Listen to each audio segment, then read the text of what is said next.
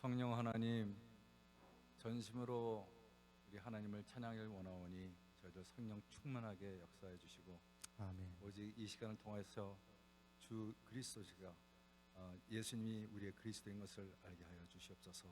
예수님의 이름으로 기도했습니다. 아멘. 오늘도 목요 예배에 오신, 그리고 또 화요 예배에 현장 예배에 오신 여러분을 주의 이름으로 환영하고 축복합니다. 예수님께서 수고하고 무거운 짐진 자들아 다 내게로 오라 그러셨거든요. 오늘 여러분의 마음속에 근심, 눈물 나며 깊은 한숨, 괴로움과 두려움이 있거나, 혹은 나의 미래, 장래의 이 죽음 이후의 세계가 어떻게 될지 두려움과 근심에 있는 사람, 우리 주님께 아뢰고 주님께 오면 해결된다고 주님이 약속하셨습니다. 우리 그 약속을 의지하면서 마음속에 근심 있는 사람 주 예수 앞에 다 아뢰라, 함께 찬양하도록 하겠습니다. 이 찬양하는 동안에 여러분의 마음속에 있는 그러한 모든 염려와 걱정이 떠나가는 그런 은혜가 있게 될 줄로 믿습니다. 할렐루야.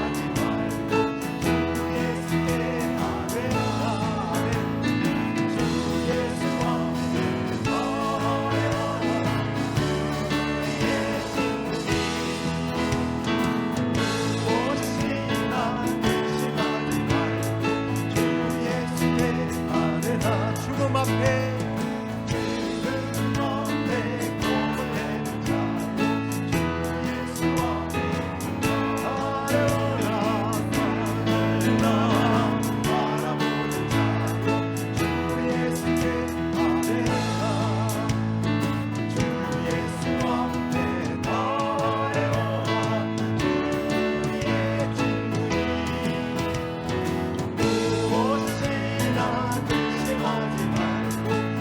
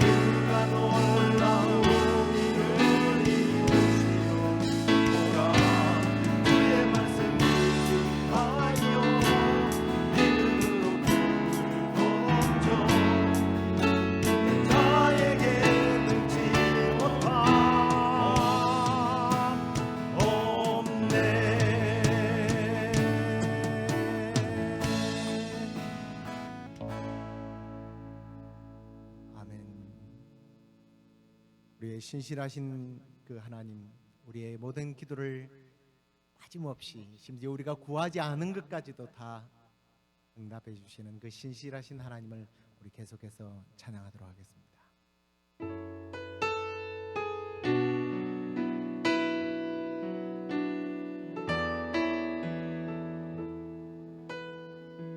주님 보좌 앞에 나가, 주님 보좌 앞에 나가, 참된 안식과 기쁨 나 누리겠네. 경배하며 주의 얼굴 구할 때 신실하신 주 한 번 더 찬양하겠습니다. 주님 보좌 앞에, 주님 보좌 앞에 나, 참된 안식과 기쁨 나 누리겠네. 경배하며 주의 얼굴 구할 때 신실하신 주 찬양. 신실하신 하나님, 신실하신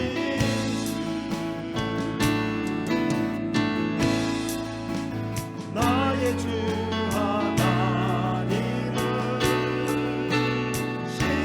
신실하신 주님.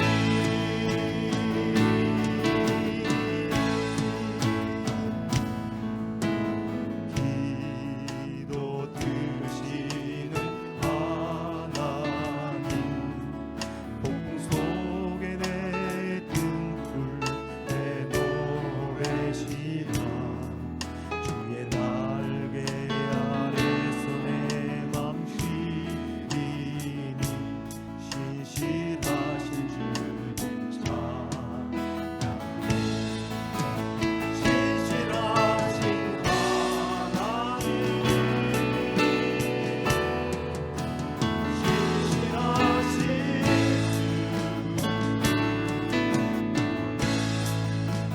나의 주 하나님은 신실하신 주님.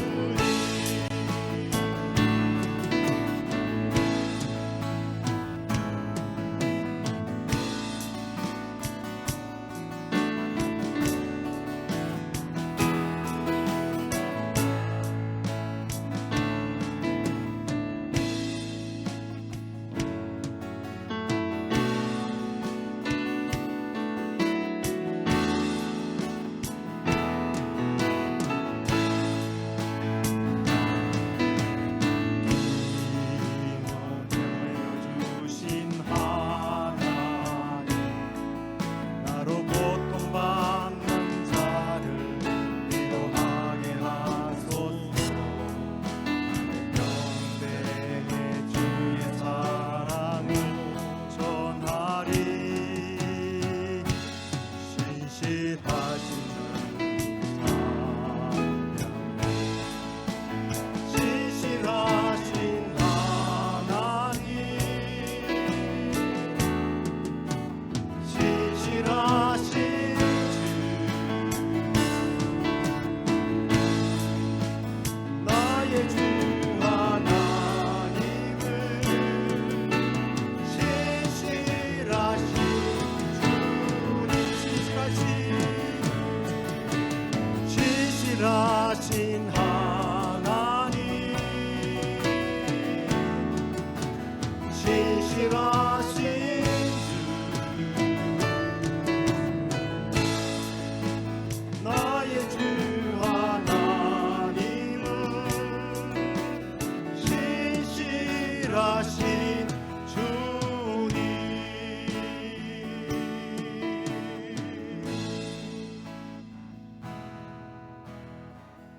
외로울 때 주님의 얼굴 보라. 평화의 주님 바라보아라.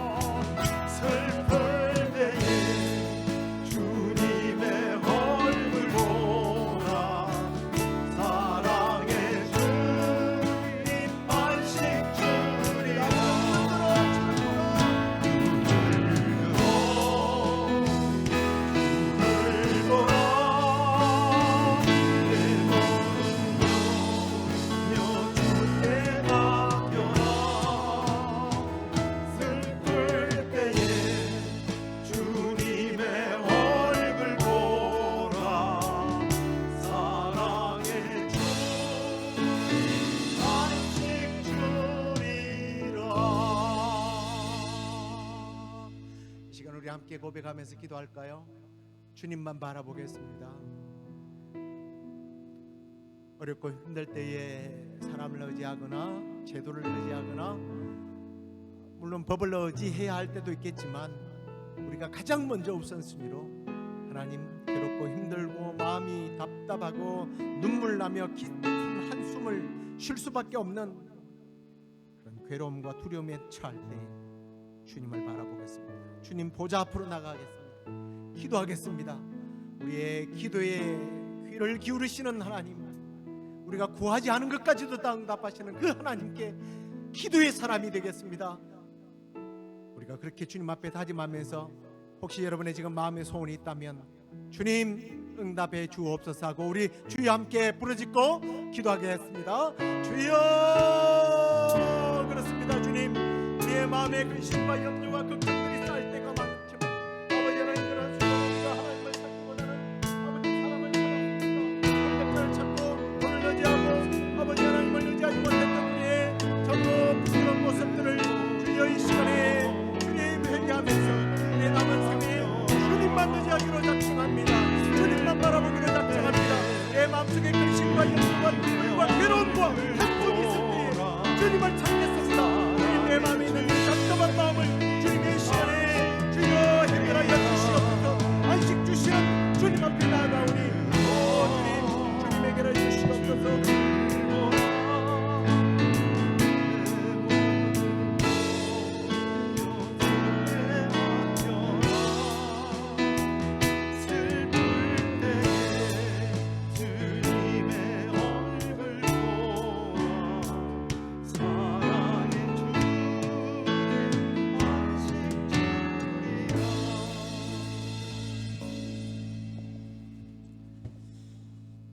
하나님 아버지 감사합니다. 세상 사람들은 하나님을 알지 못해서 우리의 해답 되시고 열쇠 되시는 하나님을 찾지 못하고 근심과 두려움과 공포 속에 살지만 어느 날 예수 그리스도를 내가 안 뒤에 하나님을 나의 아버지라고 부를 때에 하나님 앞에 우리의 염려와 근심들을 내려놓을 때에 응답해 주시는 좋으신 하나님, 이 시간에 영광과 존귀를 받으시옵소서. 이 예배가 그 놀라우신 하나님을 찬양할 때에 또 하나님 앞에 부르짖을 때에 응답하시는 좋으신 하나님을 경험하는 예배가 되게 하여 주옵소서. 말씀 받습니다. 말씀 속에 깨달음을 주시고 또 이 말씀이 실천되어질 될 때에 하나님의 놀라운 기적들을 경험하는 우리가 되도록 주께서 인도해 주옵소서. 그렇게 해 주시기를 소망하고 예수 그리스도의 이름으로 기도드리옵나이다. 아멘. 이제 하나님 말씀 보시겠습니다. 시편 142편 1절에서 7절까지 말씀입니다. 내가 소리내어 여호와께 부르짖으며 소리내어 여호와께 간구하는도다. 내가 내 원통함을 그의 앞에 토로하며 내 우환을 그의 앞에 진술하는도다.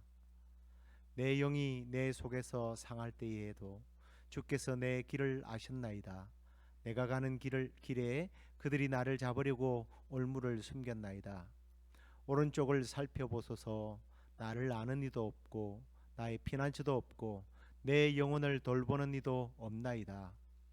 여호와여, 내가 주께 부르짖어 말하기를 주는 나의 피난처시요 살아있는 사람들의 땅에서 나의 분깃이라 하였나이다. 나의 부르짖음을 들으소서.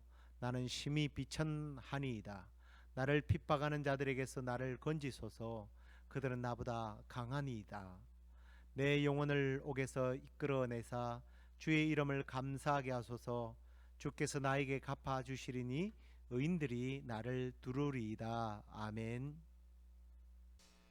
자, 오늘은 영이 상할 때에 드린 다윗의 기도라고 하는 제목 가지고 말씀을 나누도록 하겠습니다. 자, 오늘 이 시편은 그 표제어가 다윗이 굴에 있을 때 지은 마스길 기도라고 되어 있습니다. 이 마스길이라고 하는 뜻이 뭐라고요? 교훈입니다. 교훈. 기도가 교훈. 시대가 지나서 이 하나님의 말씀을 읽는 사람들이 이 다윗의 기도를 교훈으로 삼아서 너희들의 기도로 삼으라고 하는 그런 의미로 다윗이 지은 시라고 하는 말씀인데요. 다윗이 생애에 있어서 많은 굴에 도망 다녔습니다. 근데 특별히 중요한 두 굴이 있는데요. 아둘람이라고 하는 굴과 엔게디라고 하는 굴이 있습니다.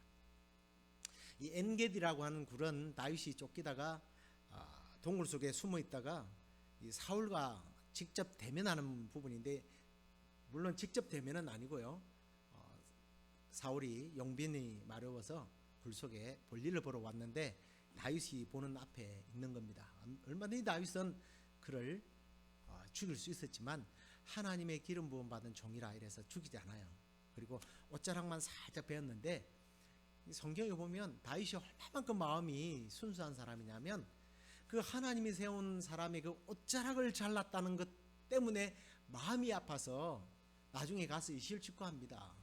사울이 저만큼 가는데 왕이시여, 내 아버지시여, 내가 당신의 옷자락을 이렇게 배웠는데 나는 이렇게 당신을 죽일 수 있지만 난 죽이지 않습니다 하면서 이야기하니까 또 한때 이 사울이 감정이 복받쳐 가지고 내 아들아 이러면서 미안하다 이러면서 갔는데 계속해서 쫓아다니는 거예요.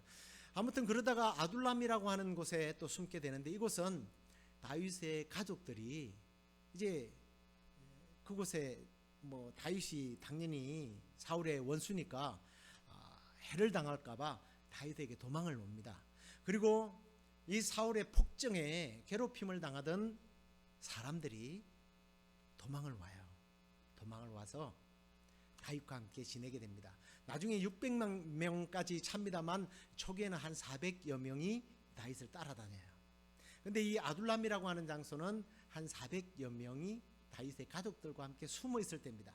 그런데 사울 왕은요, 400명과 비교가 안 되는 숫자, 최정예 부대 3,000명을 거느리고 다윗을 쫓아온 거예요.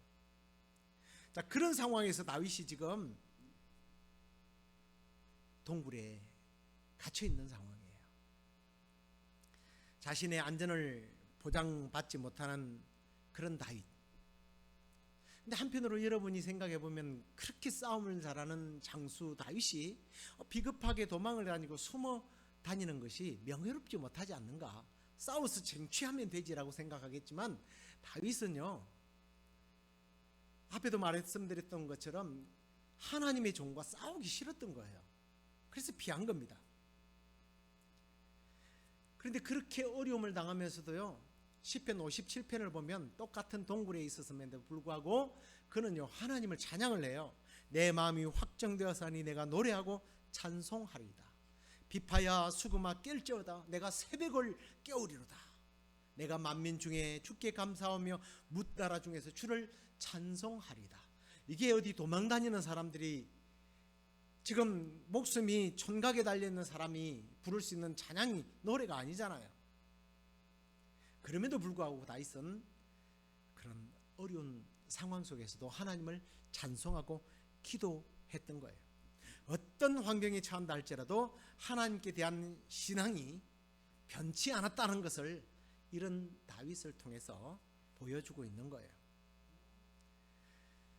그런데 다윗이 이렇게 위기의 때에도 그의 믿음이, 이렇게 신앙이 흔들리지 않았던 이유, 하나님을 배반하지 않았던 이유가 하나 있어요. 그에게는 세상 사람들이 가지고 있지 않는 큰 무기가 하나 있었습니다. 그 무기는 골리앗을 한 방에 때려 눕힌 물맷돌이 아니에요. 그 골리앗을 때려 눕힌 후에 다윗이 골리앗의 칼을 빼앗아 왔거든요. 그 칼도 아닙니다. 물론 그 칼을 나중에 제사장에게 갖다 맡기긴 합니다만 물맷돌이나 칼이 아니었어요. 그의 비장의 무기는 기도의 카드였습니다. 기도가. 왜냐하면 그 어떤 무기로도 대항할 수 없는 하나님의 전지전능한 능력을 불러내리는 비결이 기도에 있었기 때문에 기도가 다윗에 있어서는 가장 큰 무기였던 거예요. 그래서 다윗은 오늘 자기의 정말 영혼이 파괴될 수밖에 없는 그런 상황과 환경, 위기 속에서도 손을 들어 하나님께 기도했던 그 기도를 오늘 수천 년이 지난 우리들에게 교훈을 주면서 너희들도 내 삶에 힘들고 어려울 때 비장의 무기, 기도의 카드를 사용해라고 오늘 이 시를 성령의 영감을 통해서 쓰게 된 것입니다. 오늘 우리가 기도할 때 비로소 참된 안식을 얻게 된다는 사실을 오늘 이 다윗의 기도를 통해서 우리가 그 비결을 좀 발견해 보고자 합니다. 자, 그러면 조금 구체적으로 다윗이 자기의 놀라운 경험을 어떻게 교훈하고 있는가, 그걸 한번 살펴보려고 해요. 첫 번째, 어떻게 하나님께 탄식 기도를 하는지 그 내용을 좀 우리가 살펴볼 필요가 있습니다. 1절과 2절에 보면 내가 소리내어 여호와께 부르짖으며 소리내어 여호와께 간구하는도다. 내가 내 원통함을 그의 앞에 토로하며 내 우환을 그의 앞에 진술하리로다 라고 하는 시를 쓰게 되는데요. 지금 소리내어 하나님께 부르짖고 간구하였고 자신의 원통함을 하나님께 솔직하게 고백하는 그런 내용인데, 저는 이 1절과 2절 내용을 보면서 한편으로 이런 생각이 들었어요. 이 기도하는 모습은 마치 어린아이가 밖에 나가서 자기보다 조금 힘센 아이에게 두들겨 맞고 와서 부모님께 뭐라고 그럽니까? 이실직고하는, 일러 바치는 그런 모습 같다라는 생각이 들었습니다. 어쩌면 가장 좋은 기도의 모습이 이런 기도가 아닐까라는 생각이 저는 들어요. 왜냐하면 하나님이 나의 아버지시잖아요. 나의 좋으신 아버지 앞에 솔직하게 나의 상황을 털어놓는 거예요. 여러분, 이런 기도가 부끄럽다라고 생각하시면 안 됩니다. 다윗은 지금 그의 마음이 너무 몹시 불안한 거예요. 힘들어요. 그의 영혼이 막 흔들리고 있어요. 그래서 참 부모가 되시는 하나님께 나아가서 어린아이처럼 그걸 일러 바치면서 참된 안식을 찾고 있는 그런 내용입니다. 그리고 오늘 이 1절에 매우 흥미로운 점 하나를 발견하게 되는데, 내가 소리내어 여호와께 부르짖으며 소리내어 여호와께 간구하는도다 라고 하는 부분인데요, 제가 흥미로웠다라고 하는 부분은 지금 우리가 기도할 때에, 아니 지금 우리가 이 내용을 보면 다윗이 기도할 때 어떻게 기도하느냐 하면 우리가 기도하십시다, 여러분 기도하십시다라고 기도하지 않아요. 누가 기도했어요? 내가 기도하고 있어요. 내가. 지금 앞에서 제가 서문으로 몇 명이 쫓아다녔다고 했죠? 400명. 여러분, 오순절 다락방에 모였던 120명의 문도보다 더 많은 숫자 아닙니까? 이 400명이 되는 사람들이 여러분 주여 삼창하고 기도하십시다 그랬으면 아마 동굴이 떠나갈 정도로 기도했을 거예요. 막 쥐 하고 400명이 막 부르짖었으면. 그런데 내가 기도합니다 라는 이야기예요. 저는 이 내용을 묵상하면서 한편으로요 가슴이 찡하고 콧날이 그냥 시큰했어요. 왜냐하면 그 동굴이 얼마나 넓겠습니까? 그런데 오늘 다윗이요 분명히 간구하고 부르짖어 기도했다고 그랬어요. 주여, 주여 살려주세요. 내가 너무 힘들어 하면서 기도하는데 그 누구 한 사람도 다윗의 옆에 와서 나도 기도를 돕겠습니다. 내가 당신의 기도를 돕겠습니다. 왕이시여 힘내세요라고 하는 사람이 한 사람도 없었다는 거예요. 마치 예수님이 갈만산에서 땀이 핏처럼 쏟아지면서 기도하는데 제자들이 하면서 잠자고 있는 모습을 저는 여기서 발견했어요. 이 정도면요 시끄러워서라도 잠을 어떻게 자겠어요. 물론 뭐 목사가 막 야라라고 소리 지르면서 기도 설교하는데도 뭐 주무시는 분들도 계시잖아요. 주여 맞습니다 맞습니다 하면서 주무시는 사람이 있으니까 이해가 갑니다만 가슴이 뜨끔하신 분들이 몇 분 계실 거예요 지금. 예. 아무도 기도를 돕지 않아요. 독대하는. 저는 우리 믿음의 공동체 시애틀 영락교회는 누군가가 힘들고 고통스럽고 외로워서 힘들어서 주여 하고 부르짖을 때 여러분 그냥 뒤에 가서 조용히 기도하고 있어도 이 사람이 누구를 위해서 기도하는 줄 알아요. 뭐 말로 힘내세요 안 해도 돼요. 아니면 손잡고 조용히 같이 그냥 기도 안 해줘도 괜찮아요. 당신의 마음이 주께 연락되기를 원합니다 하고 따뜻하게 손을 내밀고 또 할 수 있다면 함께 기도해 주는 그런 기도의 공동체가 되기를 주의 이름으로 축복합니다. 네. 하지만 또 한편으로 보면 저는 내가 기도합니다. 그리고 부르짖어 기도하는 이 모습을 통해서 이런 생각이 들었어요. 우리가 기도할 때 너무 다른 사람을 의식하면서 기도하는 건 아닌가? 내가 기도할 때 다른 사람은 어떻게 생각할까? 내가 드리는 이 기도의 방법이, 기도의 내용이 다른 사람들이 혹시라도 유치하다고 생각하지는 않을까? 좀 더 다른 사람들이 듣기에 논리적으로 멋있는 말을 붙여서 하면 다른 사람들이 기도를 잘한다고 이야기해 주겠지? 라고 듣고 싶어서 기도하고는 있지 않는가? 그런 생각도 해봤습니다. 여러분, 이런 생각을 한다는 자체가 아직은 전심으로 하나님을 찾지 않는다는 거예요. 하나님을 전심으로 찾는 사람은요, 그러지 않아요. 막 소리 지르면서 막 살려달라고. 저는 자기 부모가 아닌데도요, 동네에서 아이가 물에 빠져서 죽어서 내려오는 걸 보고 막 아저씨, 형님, 아저씨 이러면서 막 저기 누구 동생이요 지금 물에 빠져가지고 지금 죽어서 떠내려가요, 살려주세요 하면서 애들이 막 소리 질러가지고 제가 알아서 이 아이를 건져냈어요. 이미 죽었더라고요. 인공호흡을 해서 결국은 정말 하나님 은혜로 살렸는데, 남의 죽음을 보면서 아이고 아저씨 혹시 살려줄 마음이 있어요? 어떻게 멋있게 이야기를 해요? 저 아저씨가 그 누구 동생을 살려줄까? 이건 아직까지 급하지 않다는 내용이에요. 정말 급한 사람은요, 하나님밖에 몰라요. 하나님밖에 안 보이는 거예요. 다윗은요, 지금요 주변 사람 400명이 자기 가족들이 와 있었지만 안 보인 거예요.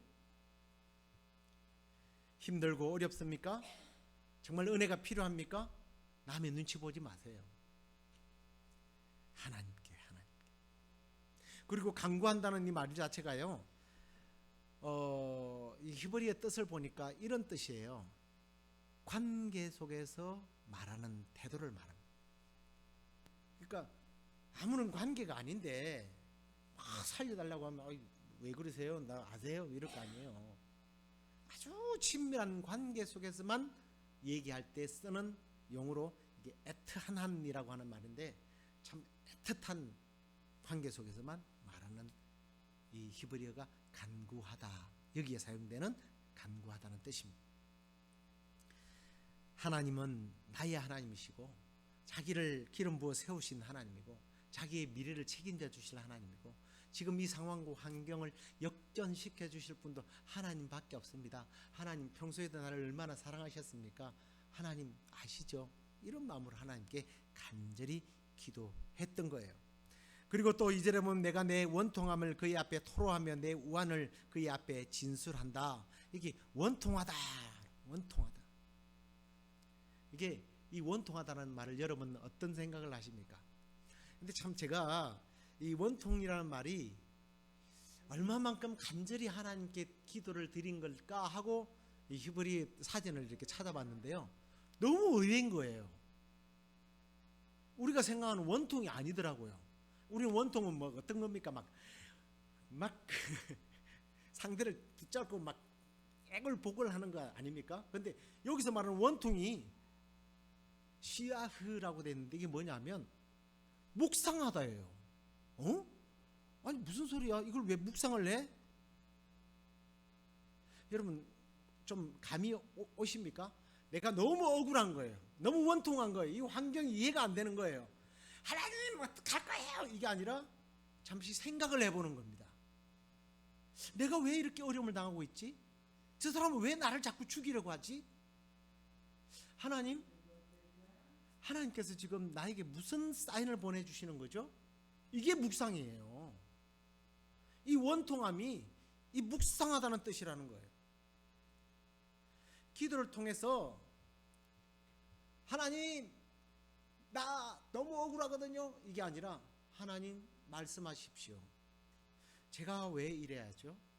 언제까지 이래야죠? 하나님 저는 무지해서 모르겠어요. 좀 알려주세요. 하고 하나님께 자기의 상황을 이렇게 정리하는 그런 것을 여기서 말하는 원통이라는 뜻이에요. 우리는 때로 기도할 때 다윗이 자신의 원통함과 억울함을 쏟아냈구나, 그래서 나도 그렇게 해야지, 그게 맞다, 그렇게 생각하시면 안 돼요. 하나님, 왜일까요? 왜일까요? 한번 여러분 자신을, 상황을, 그리고 또 하나님의 뜻을 물어볼 수 있기를 바랍니다. 이게 다윗이 우리에게 주고 싶었던 교훈이에요. 두 번째, 무엇이 이런 탄식 중에서 그를 위로했는가를 우리가 또한 교훈을 받아야 합니다. 3절을 보면 내 영이 내 속에서 상할 때에도 주께서 내 길을 아셨나이다. 내가 가는 길을 그들이 나를 잡으려고 올무를 숨겼나이다.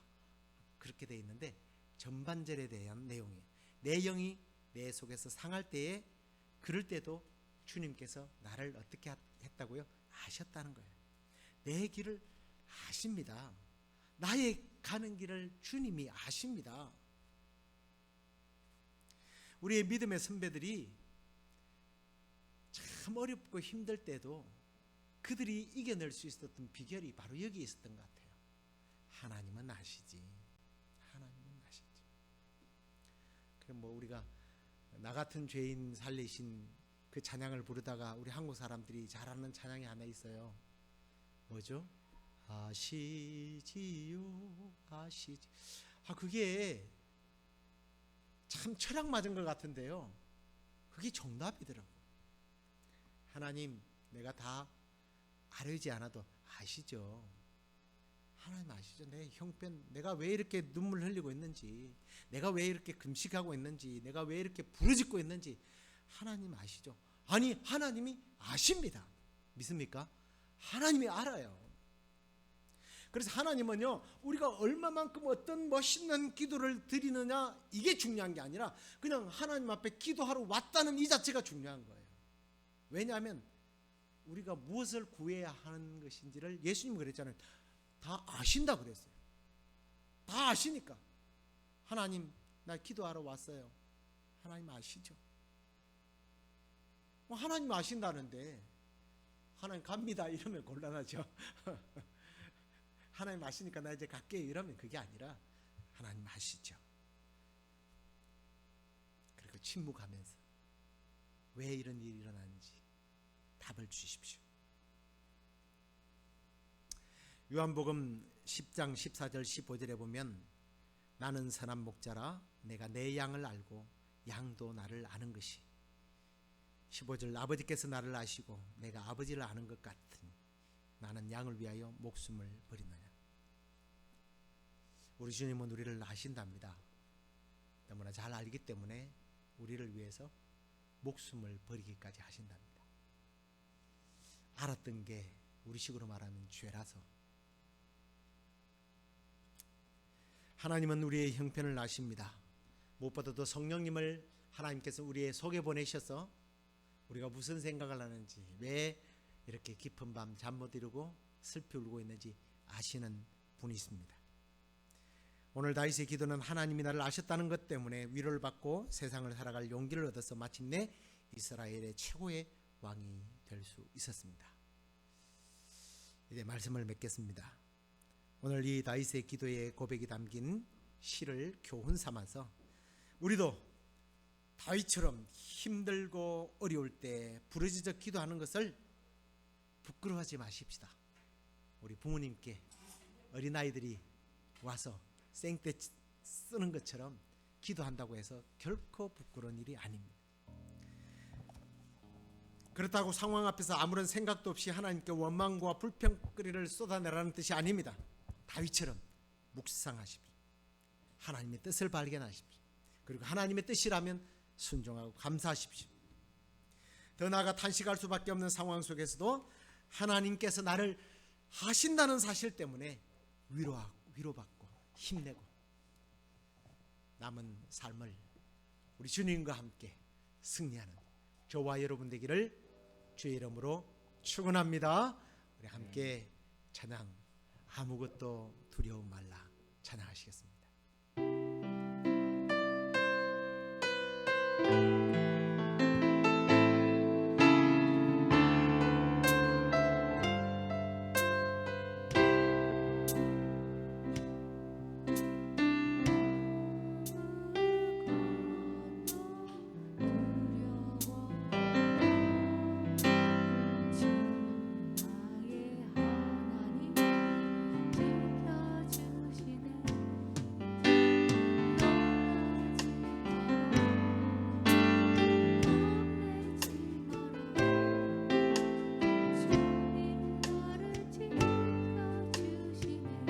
아무것도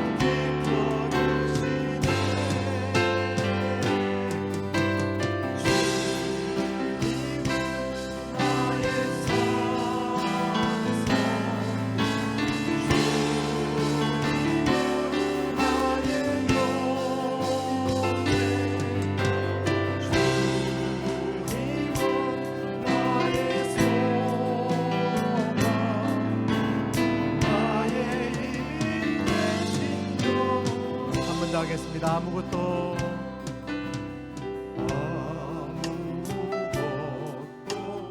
두려워 말라.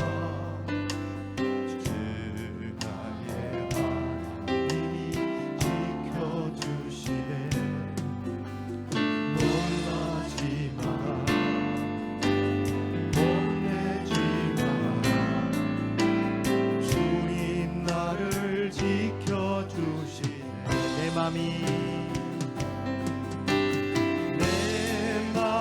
힘에 겨워 미칠지라도 주님 나를 지켜주시네.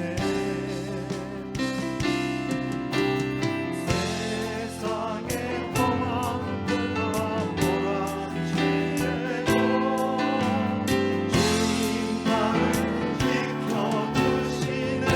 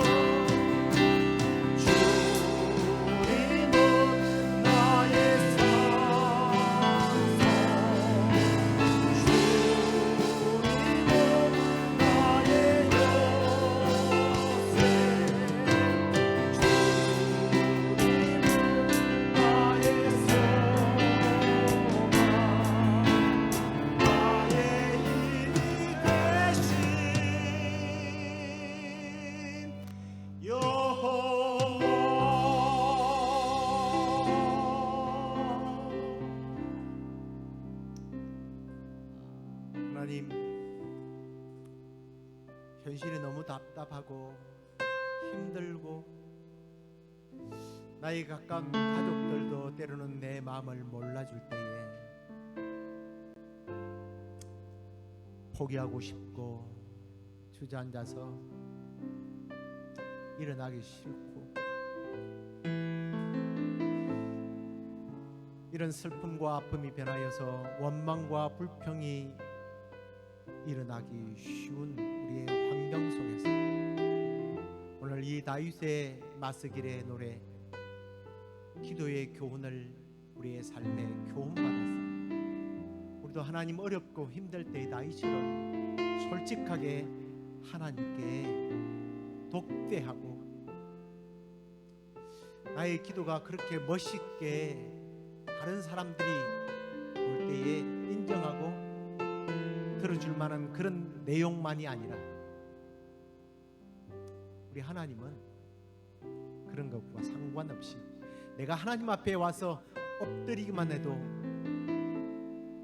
다윗을 아셨던 것처럼 하나님 나의 상황과 형편을 아시는 줄로 믿습니다.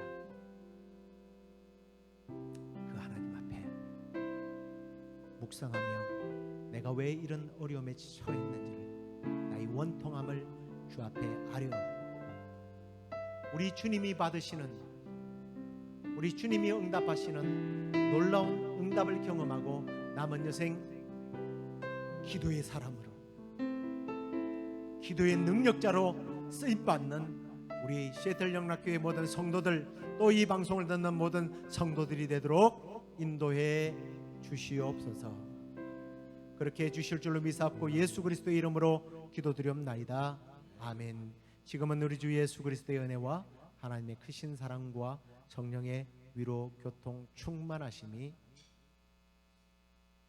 기도의 사람 되어 기도에 응답하시는 좋으신 하나님이 우리와 함께 하심을 자랑하며 간증하며 찬송하는 생애를 살기 원하는 우리 모든 성도들 가운데 이제부터 영원토록 함께 있을지어다.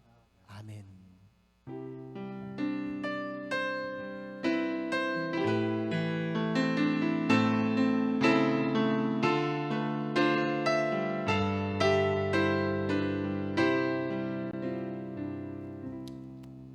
이번 주 토요일도 선교를 위한 모임이 있습니다. 이제 한 주간밖에 안 남았는데요. 다음 주 수, 목, 금, 토 3박 4일 동안 복음을 들고 우리 성도들이 다른 교회들과 연합해서 가게 됩니다. 여러분들께서 기도해 주시기를 부탁드리고요. 혹시 선교에 또 기도로도 동참하지만 또 물질을 통해서 함께 가기를 원하시는 분들은 저희 교회에 유튜브 창에 보시면 교회에 헌금하는 방법이 있습니다 하시고 저에게 전화를 주시면 되겠습니다. 여러분들에게 양해를 구하는 것은 이제 우리 방송을 돕기 위해서 방송팀이 꾸려졌는데 아직은 익숙하지가 않아서 가사가 조금 늦게 올라가거나 뭐 이런 경우가 있습니다만 여러분들께서 양해를 해주시고 훈련되면 더 멋있게 잘할 수 있을 겁니다. 혹시 이 방송을 우리 송 집사님 부부가 보게 된다면 부담감을 가지고 빨리 그곳에 일을 마무리하고 돌아오면 더 환영이고요. 오늘도 믿음으로 세상을 향하여 나아가는 여러분들 삶 가운데 주님이 함께 하시기를 간절히 축복합니다.